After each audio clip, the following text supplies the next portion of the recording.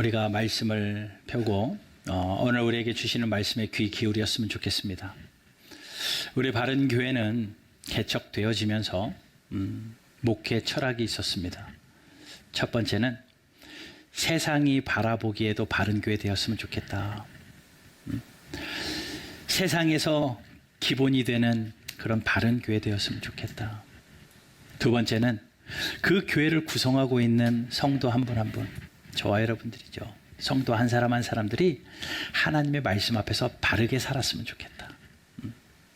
말씀을 기반 위에 바르게 사는 성도들로 세워졌으면 좋겠다.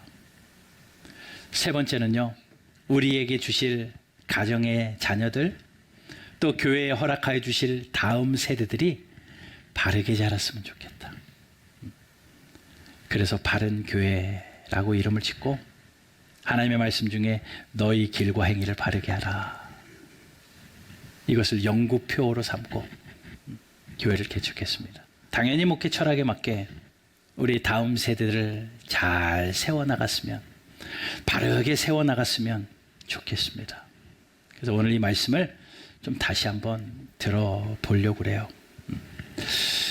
요즘 시대가 얼마나 빠릅니까? 너무나도 빠르게 급변하다 보니까 세대 교차가 얼마나 빠르게 일어나는지 몰라요. 우리나라 이 세대 역사를 쭉 보니까요, 보통 15년 단위로 그 세대들을 나누더라고요. 1940년부터 1954년까지 출생한 세대를요, 우리는 산업화 세대라고 부릅니다. 그들의 특징은요, 한국 전쟁과 베트남 전쟁이었죠. 또 그 다음 세대 55년도부터 63년까지 태어난 세대는요, 그때 많이 태어났습니다. 그래서 베이비 부머 세대라고 합니다. 그 세대에 태어난 사람들의 머릿속에 각인되어져 있는 특징 하나는 새마을 운동입니다. 그 다음 세대는 386 세대라고 해요. 1960년도부터 1969년까지 그때에 태어난 분들, 30대 때 80년대를 살며 60년대생 해서 386 세대. 그 386 세대들의 특징은요, 민주화 운동이었습니다. 그리고 갑자기 급변하기 시작을 하는데 X세대가 생기죠. 1970년대부터 1980년대까지 X세대가 일어나고, 그 다음엔 또 Y세대가 일어납니다. 1881년부터 1996년도까지 Y세대라기도 하고, 또 그들을 밀레니엄 세대라고도 합니다. 그 다음 세대가 Z세대더라고요. Z세대는 1997년도 그리고 2009년까지 태어난 세대를 Z세대라고 합니다. 그리고 우리가 MG 하잖아요. 이 밀레니엄 세대와 Z세대, 그때 태어난 세대가 그 새로운 세대입니다. 그들은요, IMF 금융 위기를 겪을 때 태어난 자녀들이기도 하고요. 또 한국의 IT 기술과 정보 기술이 갑작스럽게 변화되어지며 굉장히 빠른 속도로 변화되는 그 세대를 살아간 세대가 밀레니엄 세대고 Z세대예요. 그런데 그 이후에 또 다른 세대가 등장했습니다. 알파 세대입니다. 2010년대 이후에 태어난 아이들. 그들의 특징은 뭔지 아십니까? 디지털 원주민입니다. 디지털 원주민이에요. 태어날 때부터 그 디지털을 그냥 받고 태어난 아이들입니다. 핸드폰 쓰는 게 익숙하고, 엄마 아빠보다 헤이 구글 이걸 더 먼저 배운대요. 알렉사를 부르고 시리를 부르는 시대입니다. 그때 태어난 아이들. 스마트폰과 패드와 또 AI가 친숙한 세대, 알파 세대입니다. 책을 보면요, 어디 병원 갔다가 보니까 옆에 조그만 아이가 동화책을 들고 있더라고요. 다 읽었으면 넘겨야 되잖아요. 근데 걔는 자꾸 눌러요. 자꾸 눌러요, 책을. 아마 패드에 익숙해져서 그런 거 아닌가 싶습니다. 그런 시대입니다. 보세요, 이 세대들이 이렇게 변하는데요, 점점 빠르게 변해요. 너무나도 확실히 변합니다. 다음 세대가 분명히 다르게 변하는 것은 맞는 것 같아요. 이 환경이요, 다음 세대가 다른 세대 되기 참 좋은 환경이라는 겁니다. 얼마나 달라졌습니까? 예전에는 함께하는 게 좋았는데 이제는 혼자가 익숙한 시대가 되어져 버렸습니다. 나 혼자 있는 게 편안한 시대가 되어져 버렸습니다.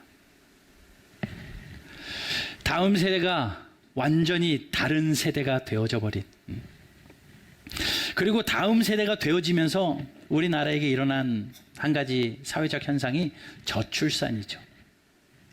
아이들이 줄었어요. 예전에는 초등학교, 국민학교 가면요, 10반 이상씩은 다 있었고요. 제가 다닐 때만 해도 오전반, 오후반 나눠가지고 학교를 다녔는데 지금은요, 한 반에 20명도 채 안 되고 두 반, 세 반, 한 학년이 두 반, 세 반인 학교도 그렇게 많대요. 그만큼 아이들이 줄었습니다. 이런 사회적인 현상이요, 빠르게 변화되어지고요, 점점 감소되는 이 현상 가운데 당연히 교회도 그렇게 되어질 수밖에 없죠. 그러다 보니 다음 세대가 교회 안에서 점점 줄어듭니다. 주일학교가 평균 40% 이상 감소했대요. 우리나라의 대부분의 많은 교회들이요, 주일학교가 없는 교회가 훨씬 많아지고 있는 시대가 되어져 버렸다고 합니다. 하고 싶어도 없어서 못하는 시대. 그런 저출산이 유난히도 사회적 이슈가 되어져 버린 시대입니다. 중고등학생들이요, 예수 믿는 퍼센테이지가 3%래요. 100명 중 3명밖에 예수를 믿지 않습니다.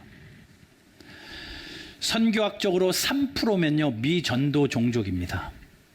선교 대상 국가로 정하는 미전도 종족 국가인데 우리나라의 다음 세대들이 미전도 종족이 되어버렸습니다. 이런 시대 가운데 점점 줄어들고 점점 하나님과 상관없이 자라나는 이 다음 세대, 우리가 어떻게 키워야 될까? 어떤 관심으로 키워야 될까? 자칫 잘못하면요, 다음 세대가 다른 세대가 되어버릴 수도 있거든요. 성경에 있는 기라성 같은 위인들도요, 이스라엘을 살린 사사들도요, 하나님을 위하여 열심히 수고하고 열심히 사명 감당하다가 뒤돌아보니까 내 자녀들이 다른 세대가 되어버렸대요. 사사기 2장 10절 말씀 보십시다. 그 세대의 사람들도 다 조상들에게로 돌아갔고 그 후에 일어난 다른 세대는 여호와를 알지 못하며, 하나님을 그렇게 뜨겁게 섬겼던 조상들이 떠나고 나자 다음 세대가 다른 세대가 되어서 하나님을 잃어버렸습니다. 하나님을 알지 못합니다. 그리고 그 후반부에 여호와께서 이스라엘을 위하여 행하신 일도 알지 못하였더라. 하나님을 모를 뿐만 아니라 하나님이 우리를 통하여 하신 일을 까마득하게 잃어버린 시대. 다음 세대가 다른 세대가 되어버린다는 거죠. 우리는 그러면 안 되잖아요. 여러분들의 가정은 그러면 안 되잖아요. 우리 바른 교회는 그러면 안 되잖아요. 그러하기에 오늘 말씀을 펴고 우리는 좀 교훈을 받고자 합니다. 오늘 이 신명기 말씀은요, 모세가 쓴 말씀인데 이 신명기는 모세의 고별 설교가 3편 담겨 있습니다. 출애굽한 이스라엘 백성들을 이제 가나안 땅으로 들여보내기 전에 모세가 그 백성들을 향하여 진심 어린 마음으로 3편의 설교를 남겼는데 그게 신명기입니다. 유언과도 같은 말씀이죠. 그 중에 한 편의 설교의 중심이 되는 내용이 오늘 본문인데, 오늘 본문을 통해서 본문 저자는 그 백성들에게 이제 너희들이 들어갈 가나안 땅에 가서 너희들은 다른 것 하지 말고 이것은 꼭 하여야 됩니다 라고 권면합니다. 1절 보십시다. 이는 곧 너희의 하나님 여호와께서 너희에게 가르치라고 명하신 명령과 규례와 법도라. 너희가 건너가서 차지할 땅에서 행할 것이니. 예, 건너가서 차지할 땅, 가나안 땅이죠. 거기 가서 행할 것을 가르칩니다. 그런데 무엇을 가르치냐면요. 2절 보세요. 곧 뭐냐면 곧 너와 이 말씀을 듣고 있는 당세대 너와 그리고 내 아들 세대, 다음 세대와 또 내 손자들, 그 다음 세대 3대에 걸쳐서 할 것을 가르쳐요. 3대에 걸쳐. 그런데 가만히 보면 3대가 아닙니다. 3절도 보게 되면 이런 말씀도 있어요. 이스라엘아 듣고 삼가라, 그것을 행하라.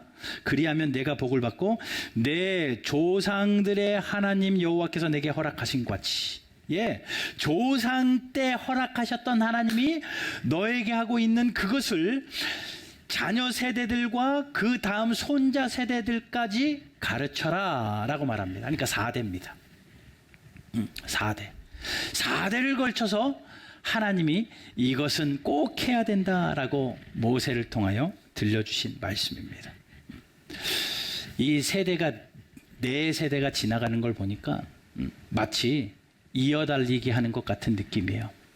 한 세대가 열심히 살고 그 모든 것을 다음 세대에게 전수하고 그 다음 세대는 그것을 이어받아서 또 자기의 세대를 살고 거기서 끝나지 않고 그것을 또 다음 세대에게 전달하고, 마치 이어달리기 하는 것처럼. 그러면서 생각해 봅니다. 이어달리기 할 때 뭐가 제일 중요할까? 이게 제일 중요하겠더라고요. 이게 뭐예요? 바톤입니다. 그냥 막 돈다고 이기는 게 아니라요, 계주하고 이어달리기 할 때는요, 이거를요 잘 전달해 줘야 돼요. 놓치면 안 됩니다. 떨어뜨리고 달리면 실격입니다. 잘 전달해 주는 무언가가 있어야 되는 거예요. 무언가가 후손에게 꼭 전달해 주어야 됩니다. 만약에 이것이 아니잖아요, 그냥 달리는 것만 가르치잖아요, 본질은 사라지고 형식만 남습니다. 한국교회의 초대 성도들이요, 하나님을 뜨겁게 사랑하는 그 사랑을 다음 세대에게 전달해 줬습니다. 아마도 지금 우리들의 세대일 것 같습니다. 하나님을 사랑하는 그것을 배웠는데 우리의 자녀들에게는 그것을 끌고 손잡고 교회는 다닐지언정, 너는 엄마 옆에 앉아 있어야 돼, 아빠 옆에 앉아 있어야 돼, 손잡고 교회는 왔는데 그 아이들이 초등학교 때까지는 따라다녀도 중학교부터는 안 따라다니더라는 거예요. 뭡니까? 전달이 제대로 안 된 거죠. 형식만 전달된 겁니다. 본질은 놓친 거예요. 본질은 놓치고 형식만 전달되다 보니까 점점 다른 세대가 되고 있지 않습니까? 여러분, 세대가 얼마나 악한데요. 악한 사단은 우리 자녀들을 삼키려고요, 배고픈 사자처럼 두루찾고 있대요. 그때 우리 자녀들을 지켜내야 되잖아요. 온전히 다음 세대가 아닌, 다른 세대가 아닌 다음 세대로 세워놔야 되잖아요. 그러기 위해서 제일 중요한 것은 전달입니다. 바톤 터치. 시편 78편 4절 말씀에 이런 말씀이 있어요. 같이 읽어봅시다. 시작. 숨기지 아니하고 여호와의 영예와 그의 능력과 그가 행하신 기이한 사적을 후대에 전하리로다. 숨기지 아니하고 하나님의 영예와 하나님의 능력과 하나님의 일하심을 내가 후대에 전하리다. 이게 바톤 터치거든요. 하나님을 전달해야 되거든요. 하나님의 살아계심을 전달해야 되거든요. 하나님의 역사심을 전달해야 되거든요. 그런데 그것이 본질이 전달되어지지 않고 형식만 전달되니 껍데기만 남는 거죠. 껍데기만 남는 거죠. 이 본질은 뭡니까? 전달해야 될 본질은 뭡니까? 생각의 틀이라고 생각을 합니다. 이 생각의 틀이라는 게요, 우리의 관념이거든요. 우리의 가치거든요. 그러니 그 생각은 그 생각을 하면서 느낌을 받습니다. 그리고 사람은 느낌 받은 대로 행동해요. 그리고 행동이 반복되면요, 습관이 됩니다. 습관이 계속 쌓이면요, 그 사람의 인격이 돼요. 그리고 그 인격은 그 사람의 인생입니다. 이 생각, 이게 전달돼야 되거든요. 이게 전달돼야 인생이 전달되는 거예요. 그런데 이걸 다 중간 거를 제끼고 그냥 겉만 전달하려고 하다 보니 그 틀이 빠져버리니. 근데 그 틀이 뭡니까? 그 틀이 오늘 본문은 이거라고 이야기해요. 4절. 이스라엘아 들으라. 이게 쉐마 이스라엘. 들으라 쉐마 이거든요. 히브리어로 이스라엘아 들으라. 우리 하나님 여호와는 오직 유일한 여호와시니. 첫 번째 틀은 이겁니다. 하나님은 유일하신 하나님이시다. 점점 종교다원주의가 편만해집니다. 아이들이 학교 가서 하나님만 유일한 하나님이라고 배우지 않아요. 심지어 지란원을 받아들이기도 하고요. 그러다 보니 자기 마음대로 해석해가지고 동성애나 이런 사회적인 이슈까지 일어나는 거 아닙니까? 그러나 어릴 때부터 머리에 틀이 하나님은 유일하신 한 분 하나님이시다. 그 하나님은 살아계신다. 이 틀이 짜여져 있으면, 그 틀이 짜여져 있으면 세상의 눈을 통하여 귀를 통하여 뭐만 가지 이야기가 들어와도 그 틀은 흔들리지 않는 거예요. 여러분 붕어빵 아시죠? 철로 만들어진 붕어빵 틀에다가 어떤 밀가루를 갖다 붓든지 다 붕어빵이 나와요. 붕어빵이 나와요. 우리가 그런 하나님을 영원하신 유일하신 하나님이라는 틀을 가지고 그 틀을 전달하지 아니하면 세상의 방식대로 세상의 가치대로 자꾸 생각이 바뀌고 느낌이 바뀌고 그러다 보니 다른 세대가 되는데 하나님은 유일하신 하나님이다라는 틀을 가르쳐야 됩니다. 그리고 이거죠. 5절 같이 한번 읽어볼까요? 시작. 뜻을 다하고 힘을 다하여 내 하나님 여호와를 사랑하라. 이 틀을 전달하는 겁니다. 하나님 사랑이요. 그 하나님을 사랑하는데 적당히 내가 사랑하고 싶을 때 골라 사랑하는 게 아니라 마음을 다해서 사랑하는 거예요. 힘을 다해서 사랑하는 거예요. 뜻을 다해서 사랑하는 거예요. 그렇게 사랑하는 그 틀을 전달하는 거예요. 그 틀이 아이들이 어렸을 때부터 딱 짜여져 있으면 세상에 무슨 가르침을 받아도 무슨 이야기를 들어도 그 안에서는 하나님이 만들어지고요. 그것이 헷갈리고 시간은 필요하겠지만 그것이 마음을 당하여 하나님을 사랑하는 일로 분명히 아웃풋이 됩니다. 힘을 다하는 거죠. 그걸 정말 잘하는 민족이요. 자녀들에게 그 틀을 잘 전수해주는 민족이 유대인들입니다. 쉐마 이스라엘. 이 말씀을 들어서 그 틀을 전달을 얼마나 잘했는지 유대인의 자손들이요 세계를 장악하고 있는 것 아십니까? 전 세계의 유대인 숫자가 0.2%밖에 안 됩니다. 1%가 채 안 돼요. 뭐 1%가 뭐예요? 0.2%밖에 되지 않습니다. 그런데 그 0.2%밖에 안 되는 그 유대인들이요 세상을 지배하고 있습니다. 뉴욕 타임즈에서 이런 결과를 봤어요. 뭐냐면 세계 2%의 유대인들이지만 세계의 체스 챔피언은 54%가 유대인들이고 노벨 평화상 수상자의 27%가 유대인들이고 노벨 의학상의 33%가 유대인들이고 세계 부자들 200명을 줄 세워 보니 그 중에 40명이 유대인들이고 0.2%밖에 되지 않는데요. 우리가 이름만 대면 잘 아는 구글이나 페이스북이나 오라클, 인텔, 델, 퀄컴 등등 이 모든 기업들이 유대인들의 기업이고 허쉬, 하겐다즈, 뭐 던킨도너츠 전부 다 이런 식음료까지 전부 다 유대인들의 세계를 장악하는 그런 기업이라는 거예요. 미국 내에는 유대인들이 2%밖에 안 된답니다. 그럼에도 불구하고 명문대학교 학생회장단에는 20% 이상이 유대인들이고 케네디 센터의 장학생들은 26%고 뭐 아카데미 수상하는 감독들 30%가 넘고 퓰리처상 수상은 50%가 넘고 유대인들이 그렇게 세계를 장악하고 여기저기서 괄목할 만한 성과를 드러내고 두각을 드러내는 데는 바로 이 쉐마 이스라엘. 하나님은 유일하신 하나님이시고 그 하나님을 마음과 뜻과 정성을 다하여 사랑하라. 이것을 틀로 전달해 주었기 때문에 그래요. 그러니 우리가 그 틀을 전달하면서 해야 될 한 가지는요, 하나님과의 관계 형성입니다. 하나님을 주입식으로 배우는 게 아니라 하나님과 관계하며 하나님을 사랑하는 법을 배우는 거죠. 마음과 뜻과 정성을 다하여 하나님을 사랑하는 그것을 배우는 겁니다. 의무로 하는 게 아니라, 부모님이 하라고 하니까 부모님 눈치 봐서 하는 게 아니라, 목사님 봐서 하는 게 아니라, 내가 정말 처음에는 끌려다녔을지 몰라도 그 안에서 그 틀에서 배워서 하나님을 사랑하는 법을 배워서 나도 하나님께 올인하고 싶다라는 고백이 흘러나올 정도로 그 관계를 세우는 거예요. 관계.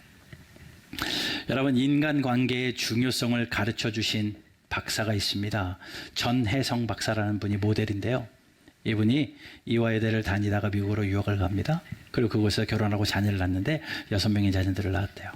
그런데 그 6명의 자녀들이 전부 다 하버드 예일대 출신들이고, 그냥 잘했다라는 이야기가 아니라 그들이 점점 미국 곳곳에서 오바마 차관부도 하고 뭐 그냥 예일대 학장도 있고, 한 명이 아니라 모든 자녀들이 다 그렇게 괄목할 만한 성과를 드러내서 그분을 연구한 거예요.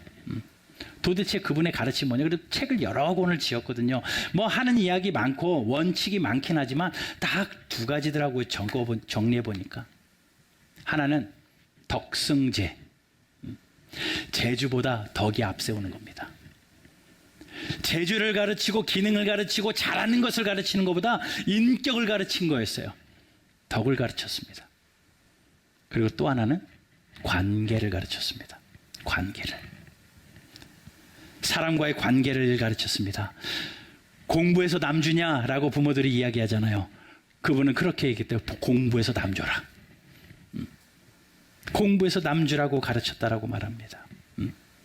사회에 돌려주어야 된다. 다른 사람을 위해서 일해야 된다. 다른 사람을 위해서 살아야 된다. 이 관계, 인간 관계에 대해서 굉장히 교육 철학이 그에게 담겨 있었습니다.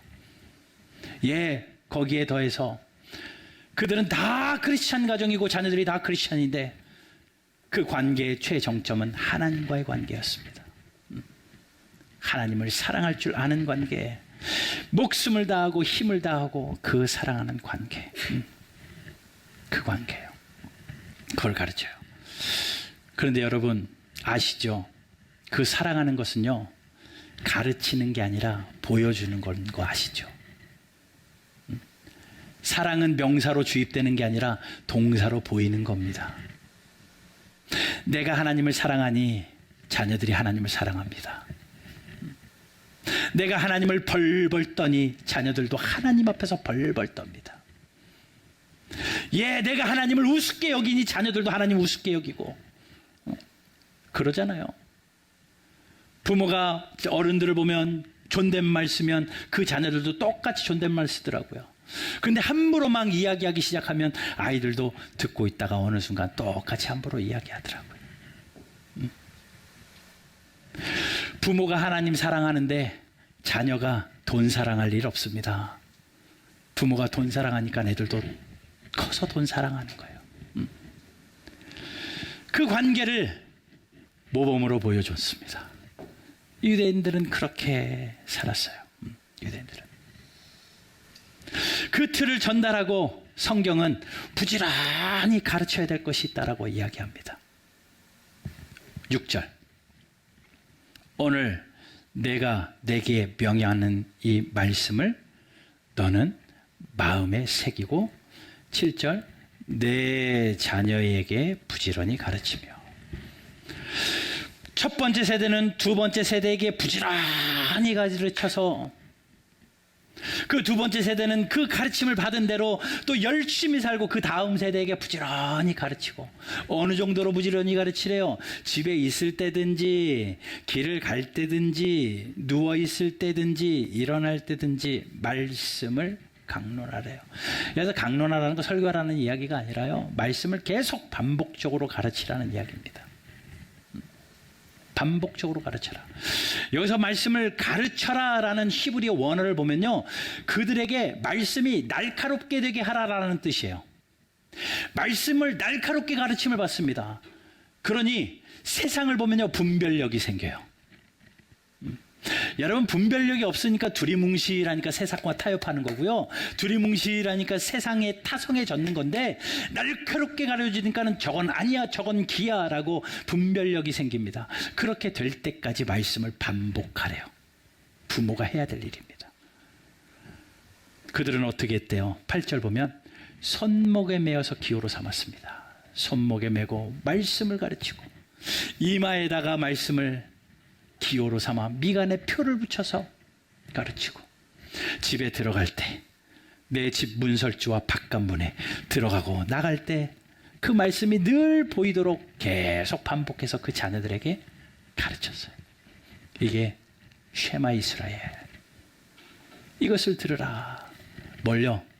하나님은 유일하신 하나님이고 그 하나님을 힘다해서 사랑해야 됨을 그들은 가르쳤습니다. 그런데 그들을 부지런히 가르칠 때 결과를 내기 위해서는요, 이게 꼭 필요해요. 그 가르침이 제대로 된 가르침이 되려면요, 앵무새처럼 기계적으로 막 주입식으로 가르친다고 그들이 되는 게 아니라요, 이게 필요하거든요. 6절 같이 읽어봅시다. 시작. 이 말씀을 너는 마음에 새기고. 예, 이게 중요합니다. 마음에 새기는 게 중요합니다. 마음에 새긴다. 이건요, 말씀을 내 마음에 둔다라는 겁니다. 말씀이 내 존재 위에 있다는 거예요.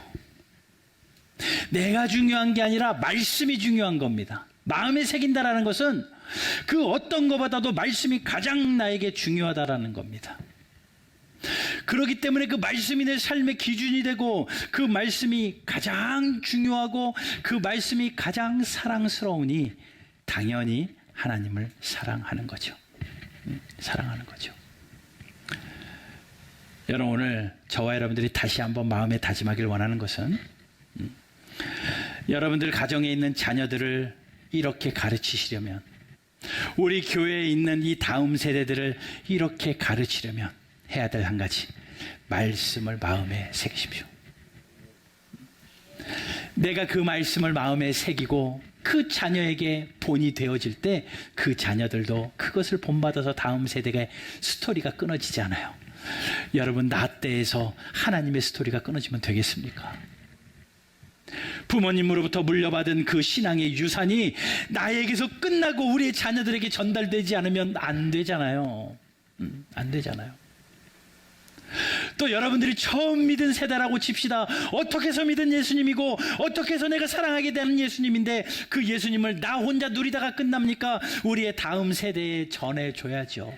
절대 스토리가 끊어지면 안 됩니다. 후대에 전해야 됩니다. 그것을 가르치는 거예요. 부지런히 가르치래요. 여러분, 저와 여러분들이 여러분들의 가정에서, 우리 교회에서 말씀을 새긴 성도와 부모가 우리 자녀들에게 하나님을 사랑하는 것을 본으로 보이며 그들에게 말씀을 계속 반복적으로 가르칠 때 다음 세대가 아름답게 일어나는 저와 여러분들 되기를 주 예수 그리스도 이름으로 축원합니다. 부모는 자녀에게 좋은 것 주고 싶죠. 목사도요, 우리 자녀들, 아이들 보면 좋은 것 주고 싶습니다. 좋은 것 주고 싶어요. 요즘에 마음이 그냥 아픈 것은 그냥 웃고 있지만 사무실에 앉으면 한숨 나오는 건 뭐냐면요, 여러분들 구역 모임할 때 이 아이들이 이 방바닥에다가 돗자리 깔아놓고 거기서 앉아서 놀더라고요.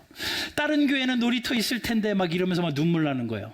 어디 가면 애들이 좋은 데서 뛰어놀던데 여기 복도에서 그냥 돗자리 깔아놓고 거기서 그러고 노는 게 막 마음이 아파요. 내가 이것 때문에도 빨리 교회를 어떻게 해야 되겠다 막 이런 생각이 막 들 정도로 좋은 것 주고 싶고 좋은 환경에서 아이들 뛰어놀게 하고 싶은데, 그러면서도 이야기하는 거죠. 저는 야, 우리 복도 기니까 뛰기 좋지 막 이렇게 그냥 이야기하는데 사실은 마음이 아파요. 그런데 다시 말씀을 정리하면서, 그래, 그것보다 중요한 것은 하나님 사랑하는 거 가르치는 거다. 백날 세상에서 유명한 거 다 누리면서 좋은 놀이터에서 놀고 좋은 환경에서 자라고 하나님을 사랑하는 그 틀을 전달받지 못하면 그것은 다른 세대가 될 터인데, 비록 어렵고 힘든 열악한 환경에서 자란 아이라 할지라도 하나님을 사랑하는 그 틀을 전달받으면 괜찮다. 위안 삼으면서 기도합니다. 기도합니다. 근데 성경은 약속해요. 그렇게 해서 다음 세대를 세워놓으면 어떤 은혜를 약속하냐면요. 3절 보세요.